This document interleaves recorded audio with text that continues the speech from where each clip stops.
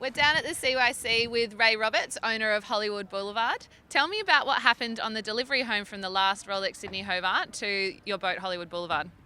Yeah, well, on last year's race we had a good race. We finished in the top 10 and I thought the team performed very well on the boat. And then on the return delivery back to Sydney, across Bass Strait, my delivery team smashed into a large sunfish, probably about 2 metres long, snapped the rudder off and the rudder penetrated into the hull and we started to take a lot of water on board.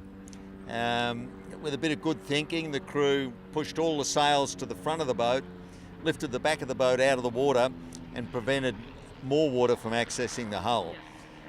So then it was becoming dark and it was probably a little bit dangerous to leave the crew on the boat overnight in case weather conditions got extreme. So we decided to lift them off with a chopper. And the next day the salvage crew came in and towed the boat backwards to Eden. Yeah. And the idea of towing it backwards was so that more water didn't rush into the hull. So that was a good thing, saved the boat. And then 8 months of work to get the boat back onto the start line. And we're still doing little bits and pieces over the next couple of days. So it's all coming together. The only disappointing part is we had to build some new sails and one of them wasn't made in time and we weren't allowed to carry it on the boat, which for us will be quite a disadvantage, but that's the strict rules that the club set, and sometimes we feel they're probably overly harsh given the circumstances of our incident, but that's life. Yeah, it is. It is tough. What specifically about the boat has changed in the last 8 months of work that you've been working on it for?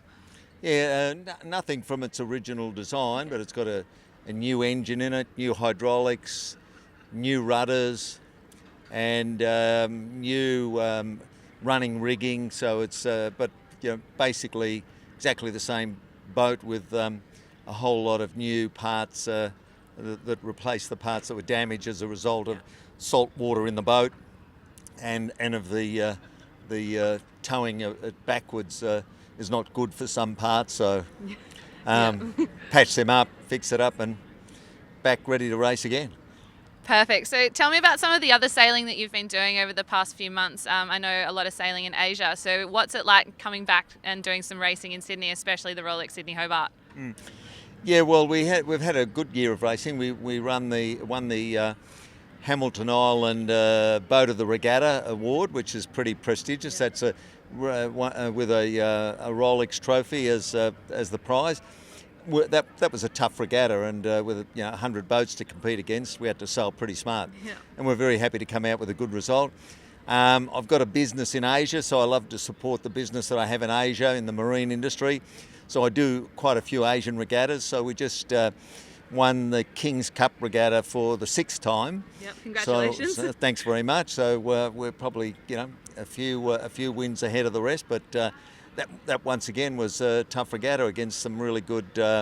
One TP52 was excellent, sailed by predominantly a very slick English team, but with a Thai owner, and then another boat designed by Mark Mills, 50-footer, pretty good. So the competition was tough, but good to have a win. Yeah, perfect. Well, what are you expecting for this year's Rolex Sydney Hobart? The weather forecast at the moment gives you downhill for the first 12 to 20 hours. Yeah. Then it's going to get fickle and tricky. So leading into Bass Strait, we expect it to be quite strategic and tactical as to where you place your boat on the course. It's always like that in a Sydney Hobart race. It's where's the weather condition, what's the weather condition, where's the new front coming from, what's the tide in the area of water that you're sailing within. But once the breeze drops out, the whole scenario gets magnified. So we've got to be really smart in that transition of wind from the northeasterly sector to maybe a bit of southeasterly, then back to a northerly sector breeze. So I think it's going to be a very tricky Hobart, and the boat that sails best wins. But you always got to have a bit of luck. Yes, you've always got to have luck on your side. So thanks very much, Ray, for chatting with us. You're with the skipper of Hollywood Boulevard, Ray Roberts.